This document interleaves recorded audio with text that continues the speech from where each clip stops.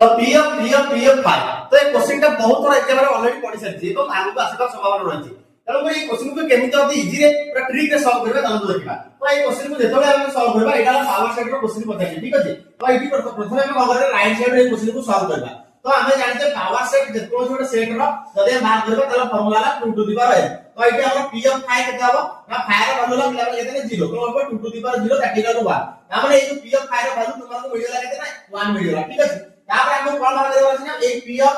1 row value तो p of 1 row value कोन हबो same 2 to the power n that equal to 2 to the power 1 that equal to 2 मिलिला तुमको right answer तापर finally तुमको last p row value बात करबा तो लास्ट p परे एटी तुम्हारा वैल्यू टी a p रो वैल्यू केते मिलला ना तुमको 2 मिलला तो p ऑफ 2 बात करबा तो p ऑफ 2 कोन हमरा 2 रो पावर